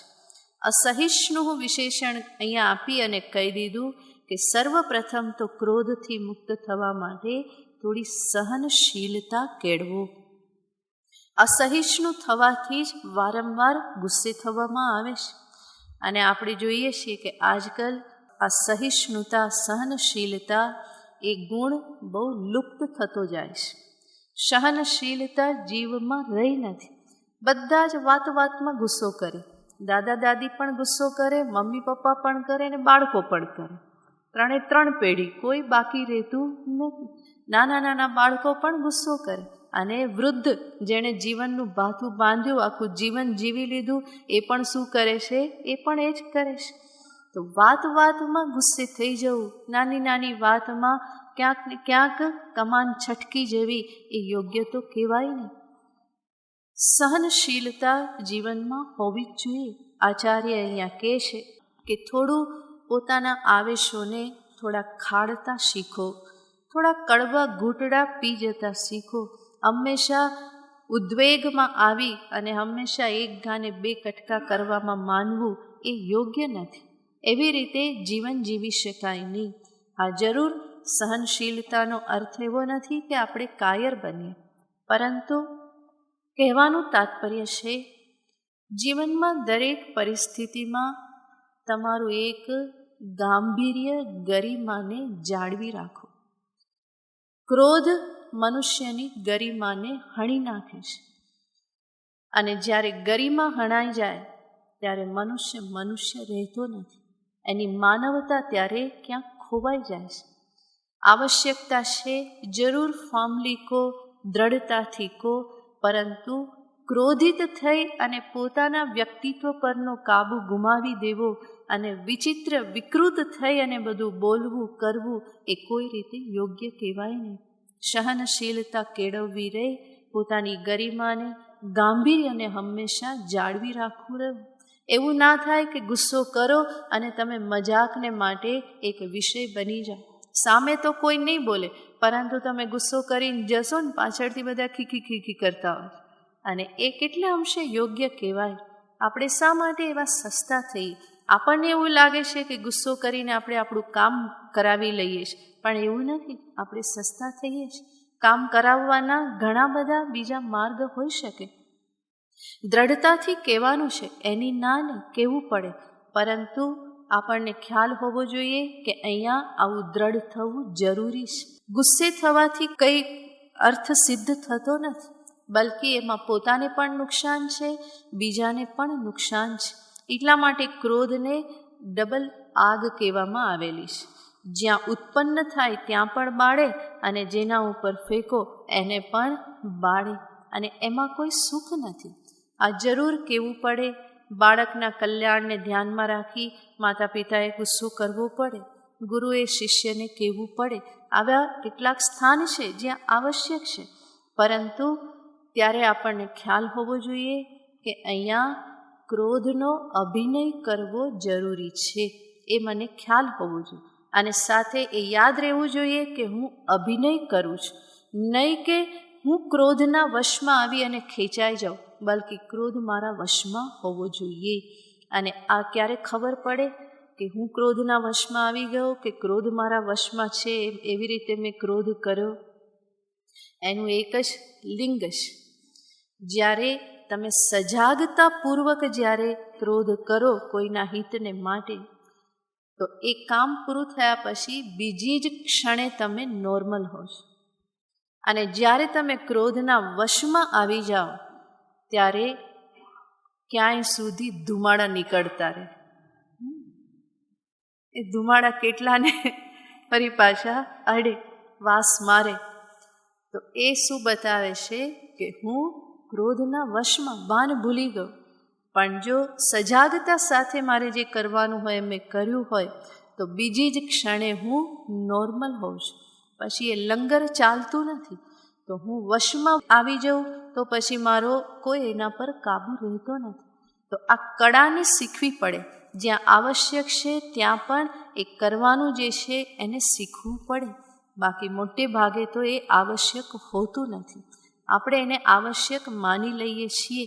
પણ ક્રોધ એટલે શું? તો કહેવામાં આવે છે કમ સુખમ વૃણદ્ધિતિ ક્રોધ. જે સુખના પ્રવાહને રોકી દે એને કહેવામાં આવે છે ક્રોધ. અને આપણને બધાને ખબર છે, ગુસ્સો કરવો અને હસવું આ બંને સાથે ચાલે?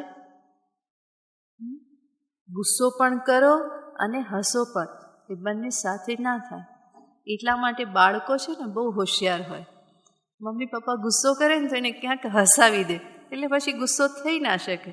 તો બાળક જાણે છે કે આ બંને સાથે રહી શકે નહીં, પણ કરનારો જાણતો નથી. તો ગુસ્સો કરવો, ક્રોધ કરવો અને હસવું આ બંને સાથે નથી, હોઈ ના શકે. એ જ શું બતાવે છે?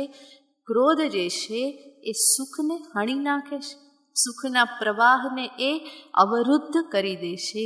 અને એટલા માટે જ હંમેશા સજાગ રહેવું કે ભાઈ હું શા માટે મારા સુખના પ્રવાહને રોકું. અંતે તો બધા પ્રયત્ન શેના માટે છે?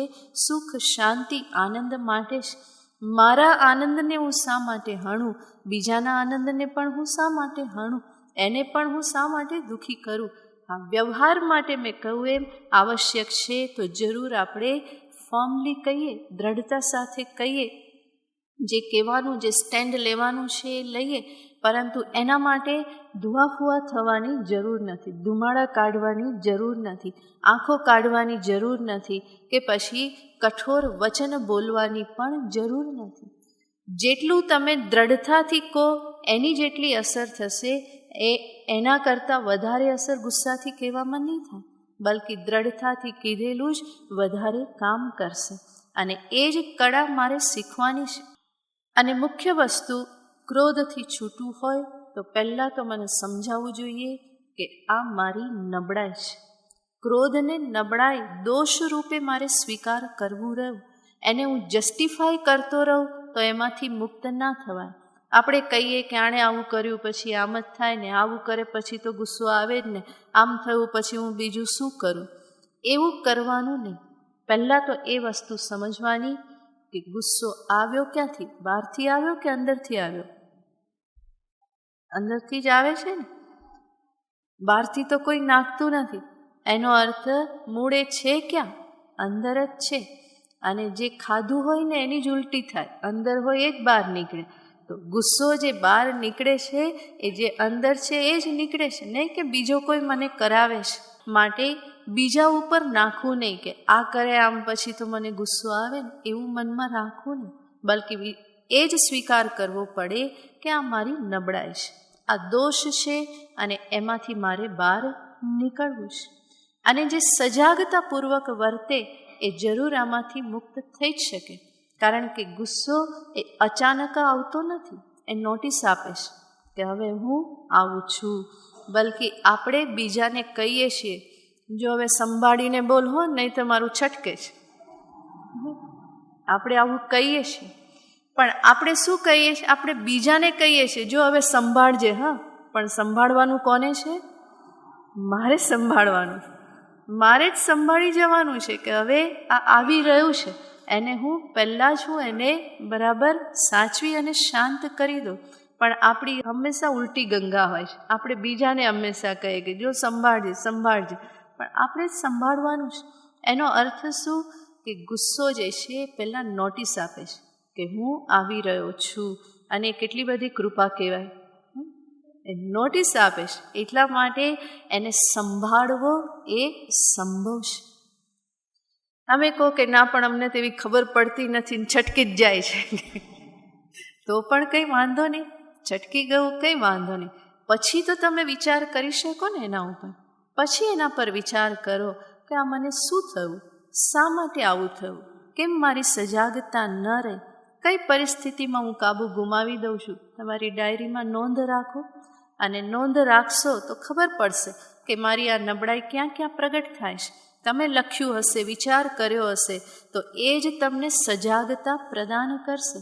પહેલાં થઈ ગયો અને પછી થયા પછી સજાગ થયા, પછી થોડા સમય પછી એ થતાં પહેલાં તમે સજાગ થઈ જશો. પરંતુ આ બધી પ્રક્રિયામાંથી પસાર થવું પડે, એકદમ નહીં થઈ જાય. આ બધું જે પ્રગતિ જે છે એ અચાનક નથી થઈ જતી. એની પાછળ સમય આપવો પડે, પરિશ્રમ કરવો પડે, મહેનત કરવી પડે.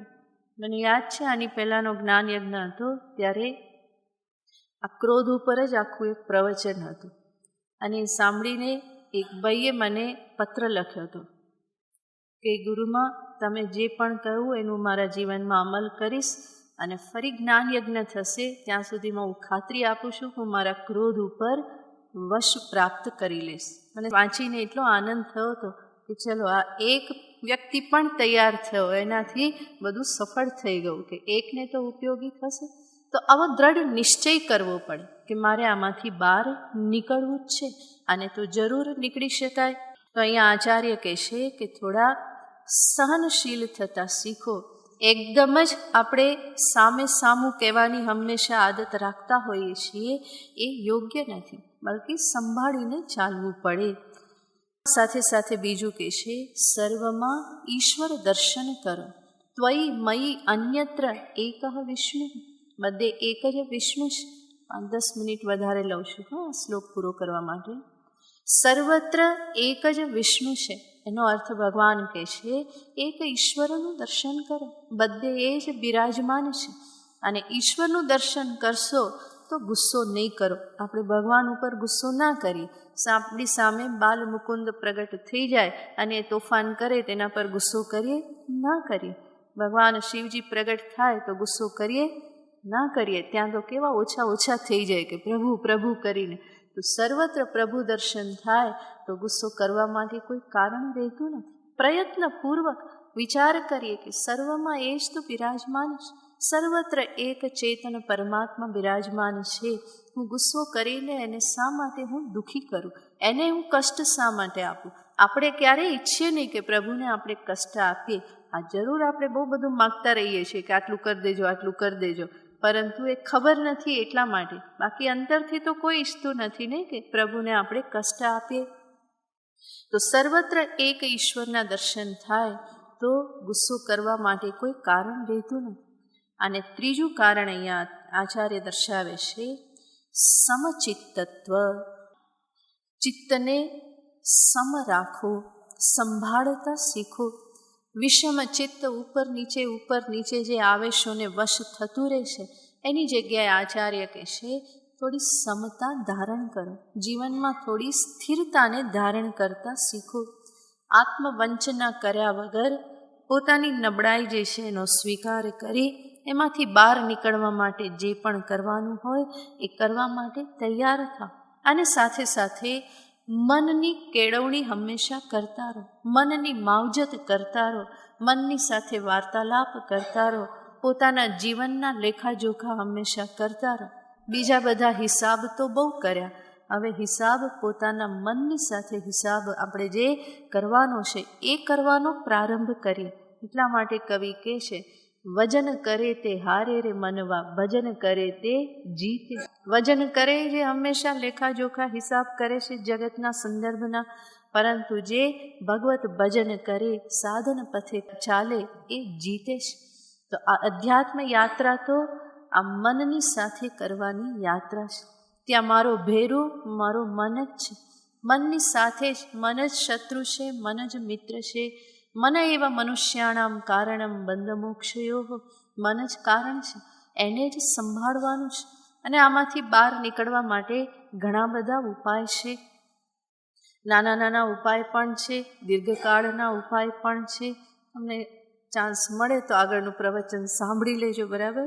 નહીં તો અત્યારે કરવા બેસીશ તો ભજ ગોવિંદમ પૂરું નહીં થાય ને તમે ચિંતા કરશો બધા કે આ ક્યારે પૂરું કરશે. ઘણા બધા ઉપાય છે. એ ઉપાયને જ્યારે અજમાવવામાં આવે તો જરૂર આ નબળાઈમાંથી બહાર નીકળી જ શકાય, એ કોઈ કઠિન નથી. ત્યાર પછીના શ્લોકમાં આચાર્ય બતાવે છે, જગત વ્યવહારથી થોડી ઉદાસીનતા કેળવો. દિવસ રાત એમાં ને એમાં પડ્યા રહેશો તો ક્યારે આત્મકલ્યાણ કરશો? આગળનો શ્લોક ગાન કરીએ. શત્રૌ મિત્રે પુત્રે બંધૌ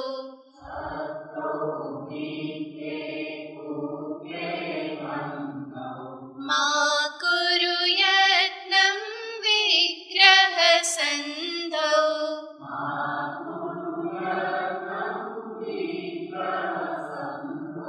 સર્વસ્મિન્નપિ પશ્યાત્માનં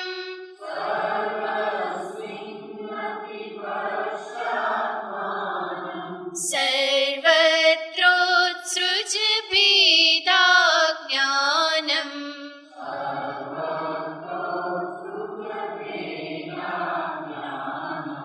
ભજ ગોવિંદમ ભજ ગોવિંદમ ગોવિંદમ ભજ મૂઢમતે.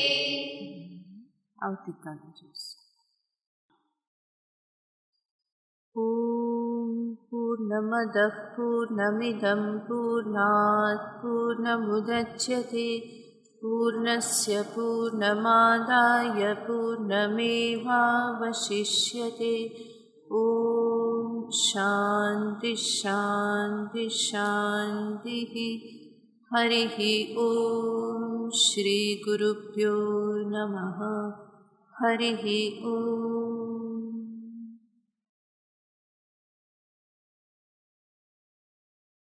આવતીકાલે આપણો છેલ્લો દિવસ છે જ્ઞાન યજ્ઞનો. થોડું મોડું થશે એટલે બધાએ તૈયારી સાથે આવજો, બરાબર? આ એન્વલપ તમે બધાને મળ્યું છે, બરાબર? પણ ખાસ તમને બધાને એ જ કહેવાનું કે આજે જ્ઞાન યજ્ઞનું જે આયોજન સમદર્શન આશ્રમ થકી જે કરવામાં આવ્યું એની પાછળનું પ્રયોજન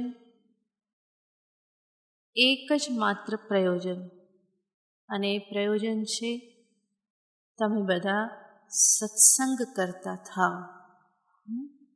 આજે જ તમે સાંભળ્યું ભગવદ્ ગીતા કિંચિદ અધીતા, ભગવદ્ ગીતાનું અધ્યયન આશ્રમમાં દર સોમવારે શુક્રવારે ગીતાજી ચાલે છે, અને આવી જ દ્રષ્ટિ ભગવાન કૃષ્ણ પણ પ્રદાન કરે છે.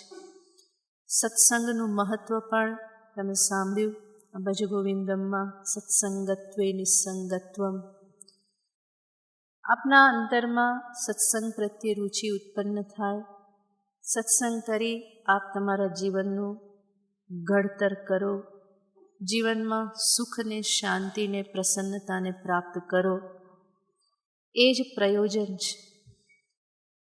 અને તમે સાંભળો છો, લોકો પણ પ્રવચન પૂર્વે જે અહીંયા પ્રેઝન્ટેશન છે, સત્સંગીઓના અનુભવ તમે સાંભળો છો, એમના જીવનમાં સત્સંગ કરવાથી કેટલું મોટું પરિવર્તન આવ્યું છે, કેટલા લાભ થયા છે.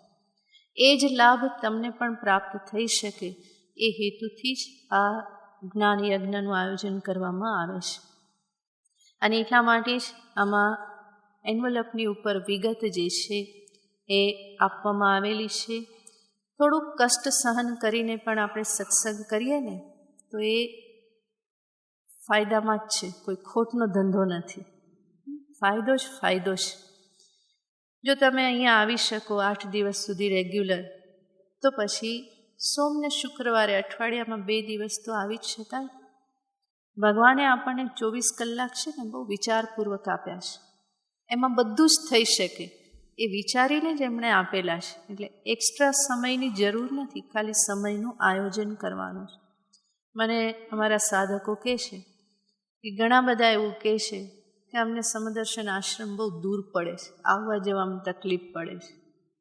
બલિહારી ભાઈ તમારી આજના સમયમાં સમદર્શન આશ્રમ કંઈ દૂર ના કહેવાય.